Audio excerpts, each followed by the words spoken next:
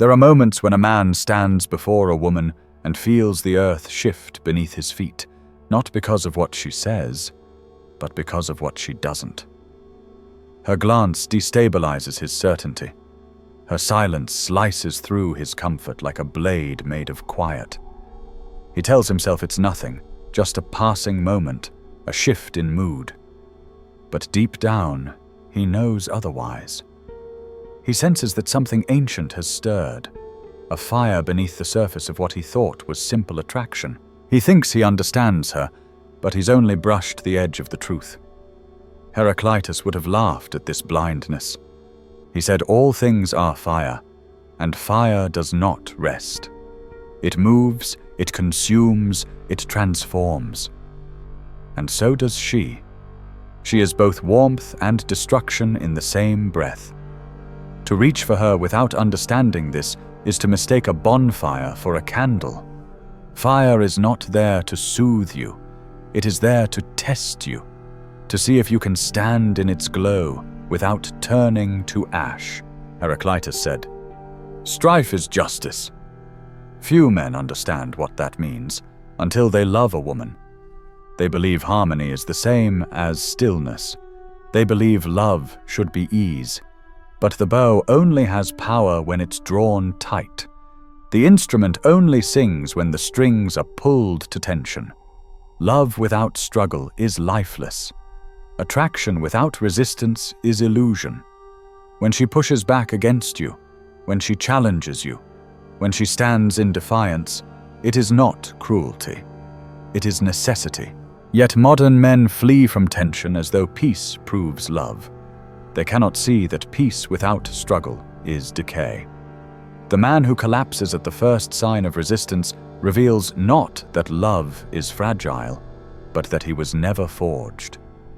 Most men pray for calm waters, but Heraclitus reminded us, rivers are never still.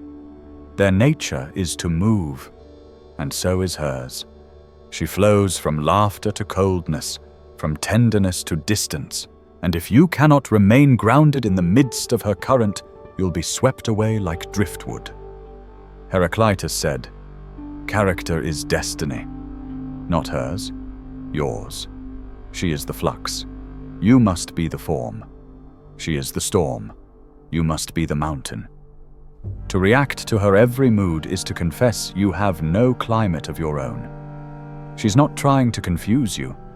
She is being what she is. It's your response that reveals your depth, or your absence of it.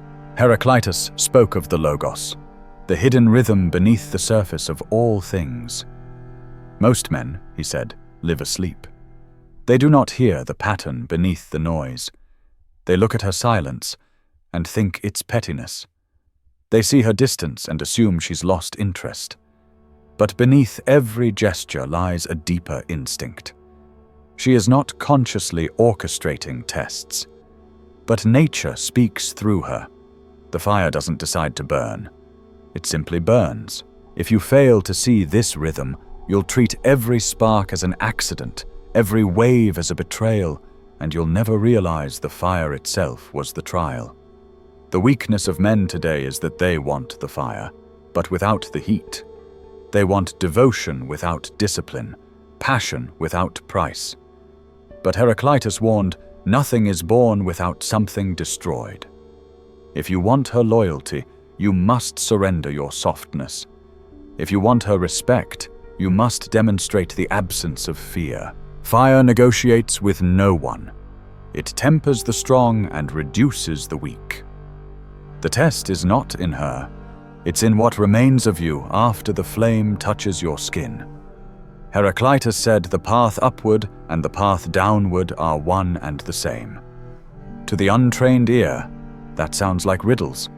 But look at your history with women, and you'll see the truth. The same road that brings you to her embrace can also lead you to despair. The affection that once made you feel alive can, just as easily, become the chain of your dependence. What changes is not the road, it's the strength of the man walking it. Weakness turns passion into poison. Strength turns tension into fire that purifies. The path doesn't decide who you become. You do. And she is not your map. She is the terrain. Terrain does not care if you are lost. It does not bend to your expectations. The mountain does not bow to the climber's wish. The river does not slow for the traveler. They remain what they are, and in their stillness, they reveal you, your readiness, your discipline, or your lack of both. She does not despise you when you stumble. She merely reflects the truth, that you had no footing to begin with. Her shifts are not betrayals. They are mirrors. And in those mirrors, you see the cracks in your own foundation. Heraclitus said the eyes and ears deceive those with barbarian souls. What did he mean? That those who live by appearance alone miss the deeper law of things. Most men look at women and see a face, a tone, a gesture. They interpret those surface signs as the whole truth. But she does not speak plainly. She speaks in patterns, the rhythm of closeness and withdrawal, of testing and trust, of fire and stillness. The man who lacks understanding calls this mystery, but it is not mystery. It is law, not written in books, but in fire. And this is why Heraclitus called strife the origin of justice. Through struggle, truth is revealed. A woman does not press against you to destroy you, but to measure you. Without resistance, she cannot know you. The clash is not poison, it is proof. But fragile men recoil from the clash. They call it toxic. They flee at the first sign of discomfort. They confuse ease with love, and in doing so, they lose the one thing that makes love enduring: respect. A woman cannot revere a man who collapses. She cannot follow one who bends at every gust of emotion. The fire always leaves two things behind: ashes and iron. Ashes of what could not endure. Iron of what was strong enough to remain. If she withdraws and you fall apart, you are ash. If she challenges you and you beg for her approval, you are ash.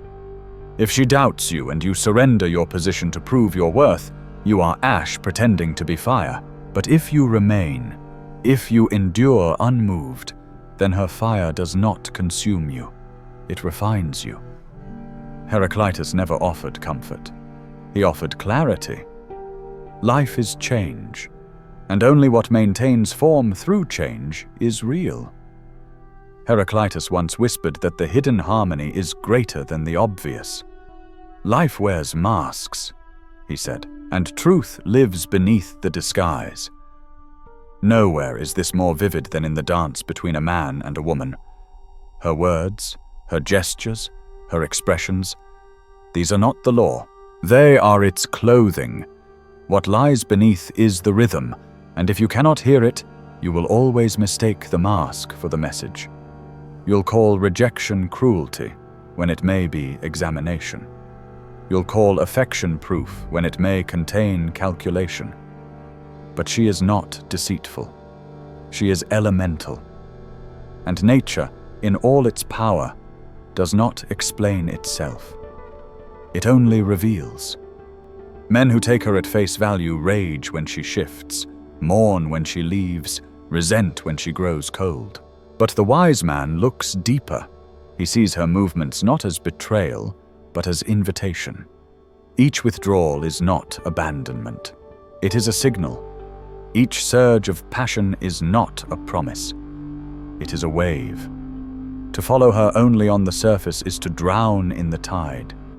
You must learn the undercurrent. What summons her trust? What triggers her doubt? What reveals your shape?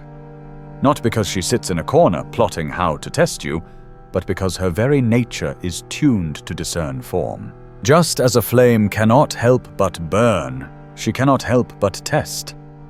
That is her necessity. That is her logos. But modern men are brittle. They want a love that costs them nothing. They want safety dressed as passion. They want light without heat. And so they fall into illusion after illusion, convinced that devotion alone will hold her. That kindness will buy permanence. But Heraclitus gave warning. Much learning does not teach understanding, and you can memorize her favorite song, her childhood stories, her coffee order, and still fail. Because she does not seek your memory. She seeks your being. She wants to feel the iron at your core. The presence that does not vanish when the sky darkens. The man who does not shatter when the fire rises. That is why so many crumble. They confuse being loved with being chosen. But love is not selection. Selection is survival. Her nature does not ask, "Does he make me happy?" It asks, "Can I follow him?" And if the answer is no, the fire dies. Not from hatred, but from truth. She cannot rest in a frame that cannot hold her. Her challenge was never a whim. It was the law at work. Heraclitus declared that character is fate, not wealth, not charm, not even love. Character. And what is character? It is the line that does not move when pressure builds. It is the spine that does not bend when met with emotion. It is the quiet strength that needs no audience. The man who yields every time she tests him is not announcing his love. He is announcing his unworthiness. And no woman can revere what she does not respect. She may smile at your gifts. She may thank you for your sacrifices. But deep inside, a whisper remains. What bends will break. What collapses cannot be trusted. And so, respect dies. Once it dies, love soon follows. She does not always understand it consciously, but she feels the shift. The flame goes out, not because you lacked affection, but because you lacked form. Heraclitus said that fire is both maker and destroyer. It warms the home. It devours the forest. It forges iron. It reduces wood to ash. Woman is no different. To the man who stands, she sharpens. To the man who bends, she consumes. The difference is never in her. It is always in him. And the fiercest battles, Heraclitus said, are not with distant enemies, but with those closest to us. That is why her strikes cut the deepest. She touches where your armor is thin, the places you never fortified. She presses there, not to harm you, but to see if you've done the work. You bleed, and you blame her. But the truth is clearer than pain. She didn't create the wound. She revealed it. And if you're honest, you'll admit you left it open. You never forged that part of yourself. Strife is the architect of all things. Without tension, there is no measure. Without resistance, there is no truth. When she resists you, she is weighing you. Your words against your deeds, your promises against your presence. And most men, when weighed, are found wanting. They wanted her body more than they wanted their purpose, her approval more than their integrity, her comfort more than their own character.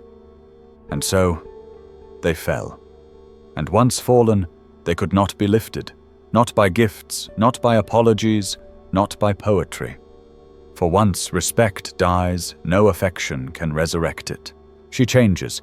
You call it betrayal, but change is her nature. Heraclitus said, "You cannot step into the same river twice." The river has moved.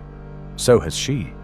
To demand she remain what she was is to ask the river to freeze at your command. You do not freeze the river. You learn to navigate it. If you panic when it bends, you reveal your lack of compass. If you rage when it floods, you show you were never a mast, only a leaf. But if you adjust your sail without losing your core, then she sees you, not as a man who commands her, but as a man who governs himself. That is what she seeks. Not perfection, not poetry, but presence. The kind that does not dissolve when the temperature rises. The kind that remains when the fire tests. Men confuse fire with cruelty. But fire is not cruel. It is honest. It reveals. It refines. It burns away what is weak. And what remains is what was always real. So when she withdraws her affection, do not beg. When she doubts you, do not drown her in speeches. When she storms, do not lose your center. Each moment of tension is a question. Are you iron or are you ash? The weak man curses her for asking. The strong man welcomes the question, because he knows it was never about her. The test has always been against himself. And here lies the paradox. She does not want you to fail. She wants you to rise, not by conquering her, not by silencing her, but by standing still while the fire swirls, by remaining unmoved while the winds howl. She wants to know you are complete before she enters your orbit. She wants to know you are forged, not forming. She does not want to complete you. She wants to test if you were complete all along. And that is the true gift of her fire. It is not your enemy. It is your forge.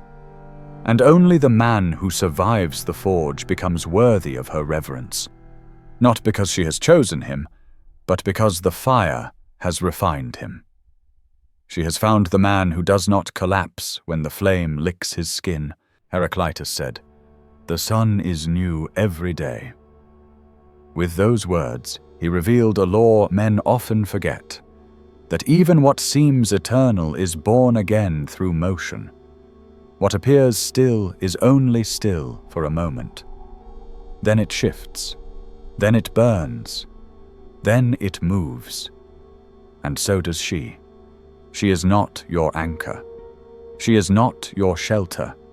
She is not the prize at the end of a quest. She is the test. The storm, the fire, the river, the flux. She was not made to remain still. She was made to reveal if you can remain unmoved while the world shifts around you. Do not confuse this with malice. The storm does not hate the mountain. The storm only reveals whether the mountain truly stands. And so it is with her. When she questions you, when she withdraws, when she strikes at your certainty, she is not trying to erase you. She is trying to see whether you are truly there at all. For if your presence disappears at the first gust of wind, then it was never presence to begin with. It was performance, illusion, a mask worn until pressure made it crack. The test did not destroy you. It unmasked you. Heraclitus warned that most men live asleep, deaf to the rhythm of life. They chase comfort and call it love. They chase approval and call it loyalty. They chase pleasure and call it peace. But none of these endure. What endures is the man who knows himself, who governs himself, who stands in the center of fire and remains unchanged. That is the man who cannot be moved by her storms. That is the man she follows, not because he demanded it, not because he begged for it, but because his gravity gives her no other choice. You must understand, she is not the crown you are chasing. She is the terrain you must cross. She is not the reward. She is the trial. She is not your completion. She is the flame that burns away the false until only the real remains. To curse her for this is foolishness. To beg her to change is weakness. She is not your enemy. She is your mirror. And only a man who has looked into that mirror without flinching is ready to lead. Heraclitus saw it clearly. She is the river.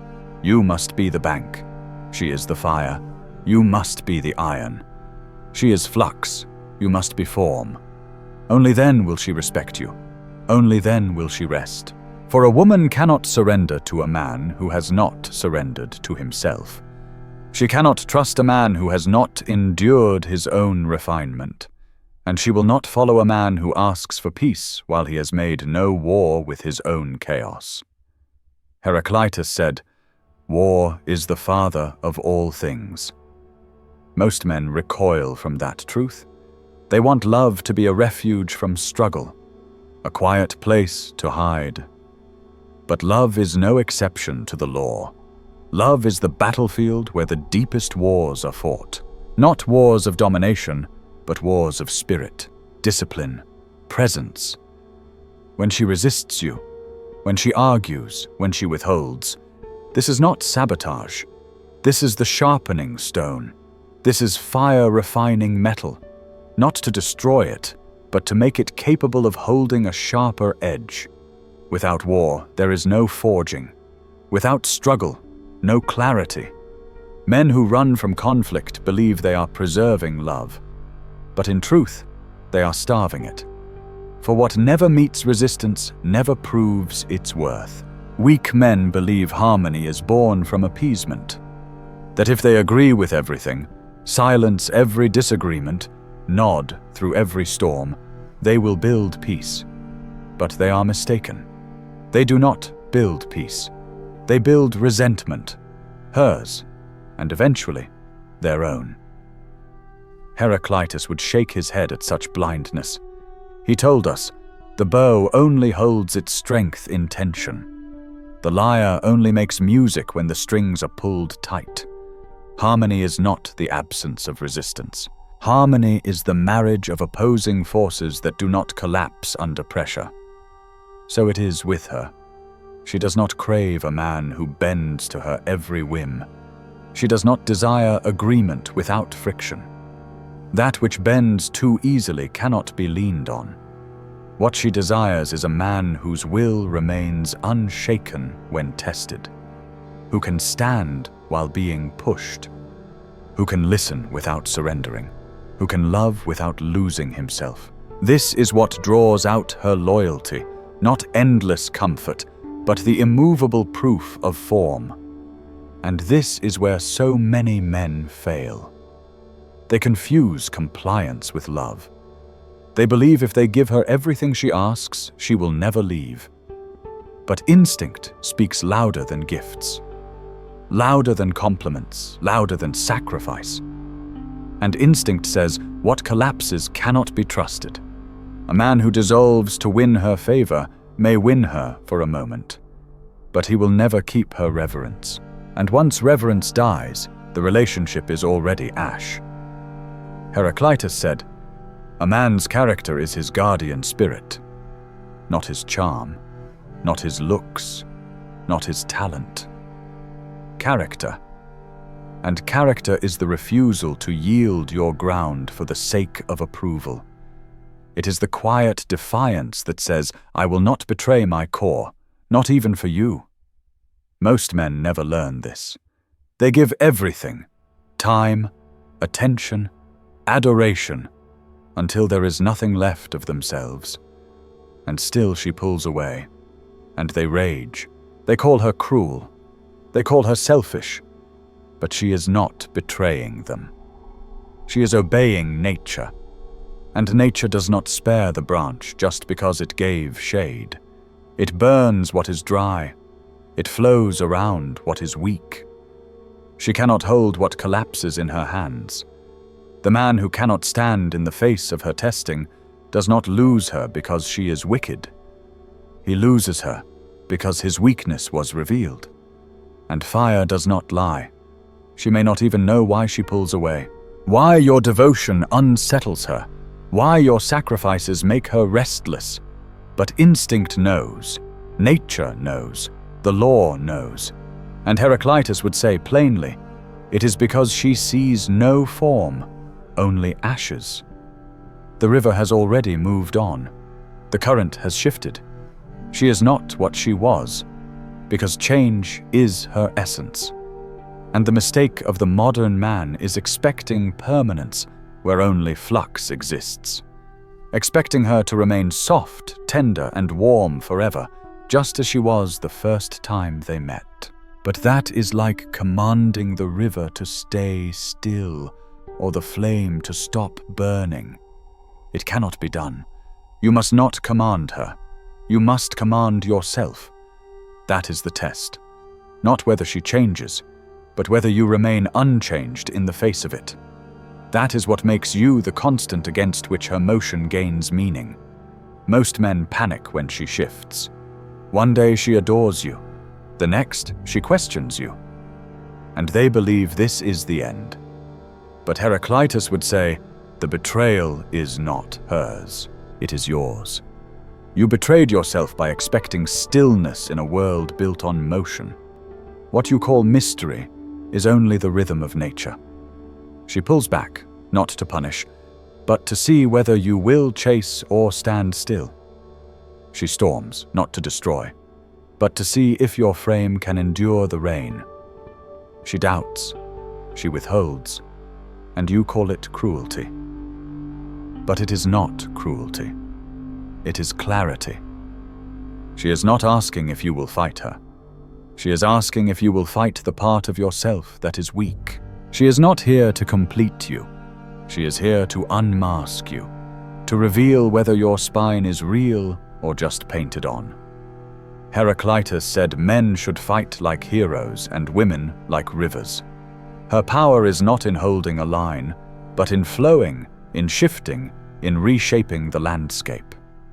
And she flows, she tests, she presses, sometimes with silence, sometimes with words, sometimes with heat, but always with purpose, to carve, to reveal, to measure. She does not want to be the general. She does not want the crown. She wants to know if you are capable of leading yourself. And until she knows, she will test. Not by design, but by nature. For nature has written into her the law that she cannot trust what has not been proven. Fire does not apologize for burning. Rivers do not apologize for flowing. Women do not apologize for testing. They are only obeying the rhythm. The logos, the law. The question is not whether she will test you. The question is whether you will endure. Heraclitus said, the cosmos is not built on peace, but on tension. Harmony is born not of ease, but of opposition. And this is why men fail. They think love should be smooth, free of friction. But life is fire in motion. Stars collapse, rivers roar, mountains rise from pressure. So does she. She will not remain still for your convenience. She will not devote herself to a man who fears tension, who sees change as betrayal, who views pressure as cruelty. She will not trust the man who loses himself in every gust of wind, but the man who expects the storm and stands. He becomes gravity itself. He becomes the one she cannot move. And because she cannot earth him, she can finally rest. So the next time she pulls back, do not chase. The next time she storms, do not flinch. The next time she doubts, do not explain. Remain. Let her see that even if she vanishes, your ground does not. Let her see that your presence is not conditional. Let her see that you are fire, refined, not consumed. That you are mountain, silent, strong, and unshaken. And when she sees it, truly sees it, her testing ends. For what woman must test what has already proven itself in flame? Heraclitus warned that our fiercest battles are not with our enemies, but with those we love, because they touch the places we refuse to fortify. And when she touches those wounds, do not rage, do not retreat. Thank her, for only through fire does iron become steel. She is not your reward. She is your trial. She is not your crown. She is the forge. She is not your completion. She is the test that proves whether you have already become whole. And when you pass it, not with words, not with charm, not with gifts, but with unhackable form, then she does not just stay. She bows, not in submission, in trust. Because finally, the fire has met something it cannot burn.